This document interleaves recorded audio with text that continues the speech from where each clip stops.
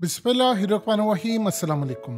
खेल बड़ा ज़बरदस्त हो गया है और बहुत ही मज़ेदार इस वक्त सूरत हाल है इंडिया और ख़ास तौर पर अमेरिका की।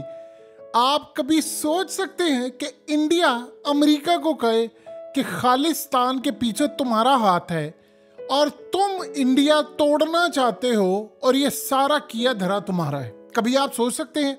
लेकिन इस दफ़ा ये मामला हुआ है। ये जो शख्स आपकी स्क्रीन पर आ रहा है ये इंडिया के अंदर मोस्ट वांटेड है। ये असल में लॉयर है और इसका नाम है गुरपतवंत सिंह पन्नू। पन्नू के नाम से ये जाना जाता है। ये असल में लॉयर है। इसके पास कनाडा की भी नेशनैलिटी है और अमेरिका की भी नेशनैलिटी है और ये अमेरिका में काफ़ी टाइम रहता है। अब असल में सिख फॉर जस्टिस, सिखों की और खालिस्तान की जितनी मूवमेंट है वो असल में इसके कंधों पर है और ये बड़े पैमाने पर कैंपेन चलाता है। इसने कहा था कि जो शख्स जाकर दिल्ली के लाल किले पर खालिस्तान का झंडा लहराएगा मैं उसको 1,25,000 अमरीकी डॉलर्स दूंगा, यानी 1,25,00,000 अमरीकी डॉलर्स मैं उसको दूंगा जो बंदा भी जाएगा। अब सूरत हाल ये पैदा हुई है कि इंडिया की इंटेलिजेंस एजेंसी के चीफ, अब वो रॉ के चीफ हैं, उनकी मुलाकात हुई है CIA के डायरेक्टर के साथ और इस मुलाकात में उन्होंने क्या बात की? उन्होंने कहा है कि तुम लोग असल में पन्नू को पाल रहे हो, यानी इस शख्स को, और तुम लोग इसको कुछ नहीं कहते क्योंकि CIA का एजेंट है। आपको समझ आ रही है कि इंडिया ने क्या कहा? ये हिंदुस्तान टाइम्स, उन्होंने खबर ब्रेक की है कि सारा कोई मामला हुआ। इसका मतलब समझ रहे हैं आप? इसका मतलब है कि इंडिया ने अमेरिका पर इल्जाम लगाया है कि खालिस्तान बनाने के पीछे इस वक्त तुम्हारा हाथ है। ये तो कहते थे कि पाकिस्तान का हाथ है, ये तो कहते थे कि पाकिस्तान के इसके पीछे हम फंडिंग करते। लेकिन हिंदुस्तान टाइम्स ने जो खबर ब्रेक की उसमें उन्होंने कहा है असल में कहानी अब खुल चुकी है। अगर सादा अल्फाज में समझना चाह रहे हैं, इंडिया और अमेरिका की लड़ाई हो गई है और बड़ी शदीद लड़ाई इस वक्त हो गई है। अब इंडिया और अमेरिका एक दूसरे के सामने आमने सामने आ गए हैं। असल में हुआ ये है कि ये ख़ास तौर पर जो मामला हुआ है हरदीप सिंह नज्जर का, उसमें अब सूरत हाल बड़ी क्लियर वाज़ह होकर आ रही है कि उसमें अमेरिका, कनाडा, ऑस्ट्रेलिया, न्यूजीलैंड और बरतानिया, ये असल में सारे इसमें शामिल थे और उन्होंने इंडिया को पूरी तरह दबोचने का फैसला किया। और वो कह रहे हैं, अब इंडिया उनको कह रहा है कि असल में तुम लोगों की औकात नहीं है कि तुम ह्यूमन राइट्स पर हमें बातचीत कर सको। दुनिया के सबसे ज़्यादा ह्यूमन राइट्स की वायलेशन करने वाले तुम लोग हो, तो तुम्हारी तो औकात ही नहीं है। तो सबसे बढ़कर बात यह है कि खालिस्तान के जो मामला था उसके पीछे तो तुम्हारा अपना हाथ है, तुम कर रहे हो, तुम उसको सपोर्ट करते हो क्योंकि वो CIA का एजेंट है। यानी ये बात अब असल में उसने क्या कही है, ये बात किस तरफ इशारा करी है, बात ज़रा समझिएगा।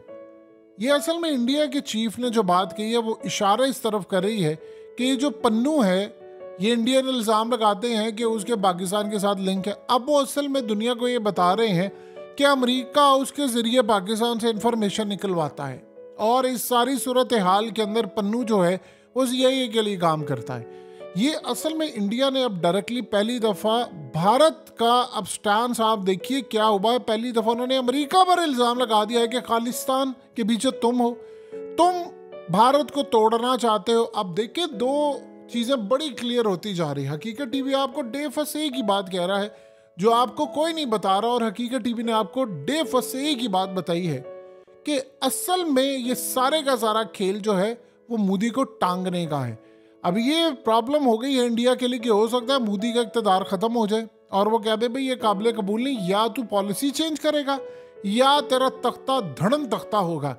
अब आप सोचिए ज़रा कि हमेशा से अगर सिखों की बात की जाए तो सिखों का मामला अगर इन्होंने टेक ओवर कर लिया है तो इसका मतलब है कि कनाडा यानी इंटरनेशनल इस्टेब्लिशमेंट जो है वो मोदी से तंग आ गई है। देखिए एक बात ज़हन में रखिएगा, ज़िया-उल हक के साथ अमेरिका ने बहुत बुरा किया था। ज़िया-उल हक को पहले उन्होंने इस्तेमाल किया था लेकिन बाद उन्हें रास्ते से हटाया। अब इस सूरत हाल में कोई CIA की जो तारीख है वो बड़ी पुरानी है। इसी को मद्देनज़र रखते हुए अब भारत इल्ज़ाम लगा रहा है, किसके ऊपर लगा रहा है? अमेरिका के ऊपर इल्ज़ाम लगा रहा है कि भाई तू पूरी तरह मूवमेंट चला रहा है, ये दुनिया नहीं, यानी अगर वो एजेंट है हमारा है, मोस्ट वांटेड है, हम तो उससे रास्ते से हटा लेते, हम तो इसलिए नहीं हटा रहे क्योंकि उसके पास अमेरिका की नेशनैलिटी है। और खाली अमेरिका की नेशनैलिटी नहीं है, वो तुम्हारी एजेंसी के लिए काम कर रहा है। तो इसका मतलब है कि अब अमेरिका और भारत आमने सामने आ गए। देखिए, अमेरिका की ताकत है बहुत ज्यादा। दो चीजें ध्यान में रखिएगा, भारत इस वक्त चाइना के खिलाफ है। अगर भारत इस वक्त अमेरिका से आज़ाद हो जाता, मिसाल के तौर पर वो कहते हैं कि ठीक है जी हम अमेरिका की पॉलिसीज के खिलाफ जाएंगे, तो आपको क्या लगता है कि बाइडेन छोड़ेगा मोदी को?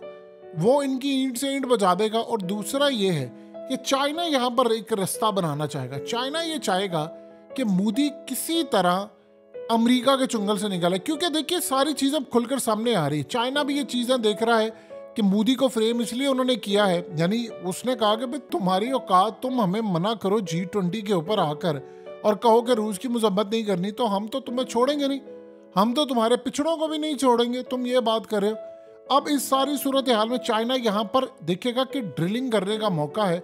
वो इंडिया को एक डेलीगेशन के तौर पर इन्हें पैगाम देगा कि भाई हमारी लड़ाई कुछ नहीं है, हम क्यों आपस में लड़े, तो बेहतर ये है कि तुम हमारे साथ भी अच्छे ताल्लुकात रखो, तुम अमेरिका के साथ भी रखो ताल्लुकात, हमें इसी से कोई परवाह नहीं है।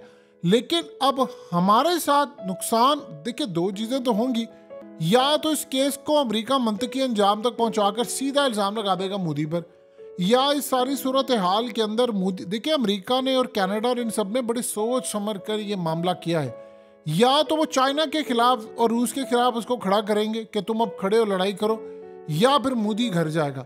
अब यहाँ पर चाइना ये चाहेगा कि वो मोदी के लिए एक सॉफ्ट सिग्नल दे दे, उसको पैगाम भेजे कि भाई देखो हमारी लड़ाई का फ़ायदा जो है वो अमेरिका उठाएगा, अमेरिका तुम्हें प्यादा बनाना चाहता है। हालिया चाइना ने कहा था कि जिस तरह यूक्रेन प्यादा बना है इसी तरह मोदी और भारत कहीं प्यादा ना बन जाए। तो उन्होंने बड़ी क्लियरली कहा था कि तुम्हारा हाल भी ये होगा। भारत असल में बड़ी देर से बात समझ चुका है, लेकिन वो एक बात समझ रहा है, वो चाह रहा है कि मैं अमेरिका की मदद हासिल करूं पाकिस्तान को एलिमिनेट करने में। और इस दफ़ा वो स्ट्राइक के मूड में नहीं है कि वो सिर्फ आएगा स्ट्राइक, वो फतह करना चाहता है।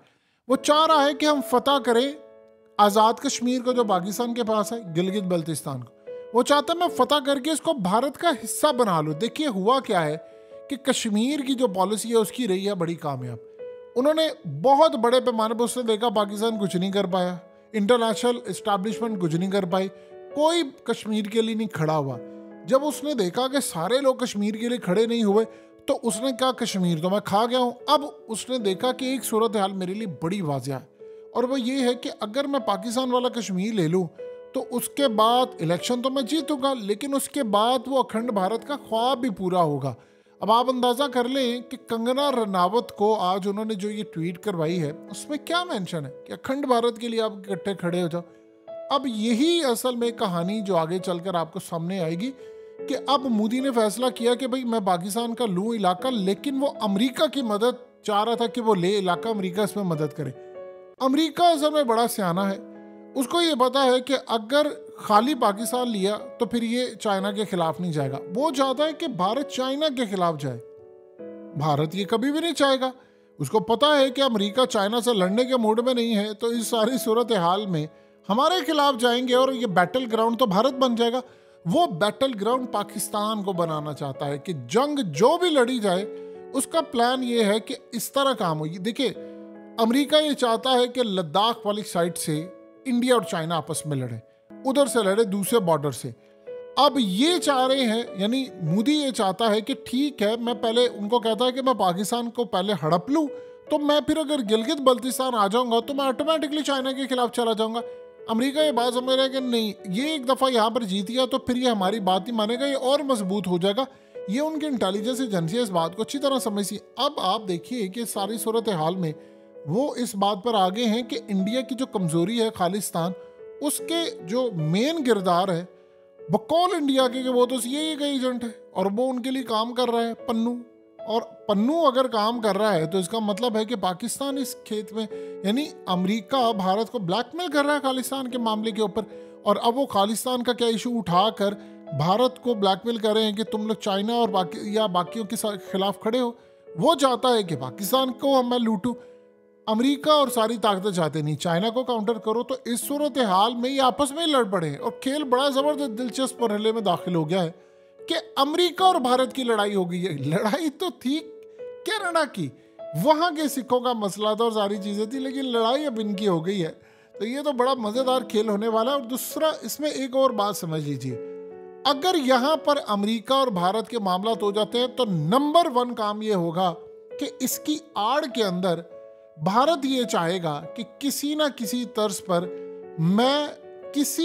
तर्ज पर अमेरिका की सारे मामला से निकल जाऊं, लेकिन अमेरिका चाहेगा कि किसी तरह इस पर पाबंदी आयद कर दूं, फिर ऐसा से मैं इस पर पाबंदी आयद करूं कि देखो तुम्हारी दहशतगर्दी होती है मुल्क से, फलाना होता है, ये होता है, वो होता है। तो इस सारी सूरत हाल के अंदर इंडिया के लिए तो कोई फ़ायदा नज़र नहीं आ रहा, लेकिन अमेरिका के लिए, अमेरिका से मैं लार्जर पिक्चर देख रहा हूँ, वो बड़ी गेम देख रहा है। वो ये देख रहा है कि किस तरह मैं चाइना को काउंटर करूँगा।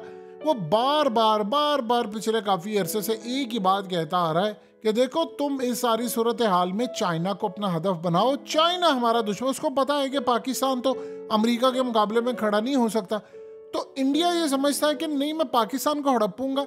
अमेरिका ये समझता है कि मैं जिस तरह वो चाह रहा था यूक्रेन की मध्य के अंदर वो रशिया को काउंटर करे।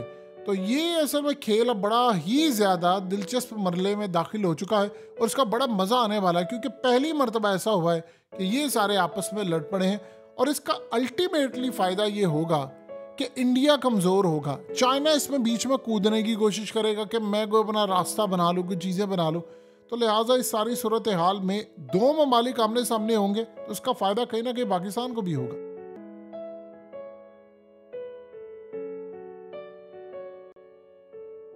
हकीकत टीवी को सब्सक्राइब करना मत भूलें, वीडियो को लाइक करें, शेयर करें और कमेंट सेक्शन में अपनी राय का इजहार ज़रूर करें।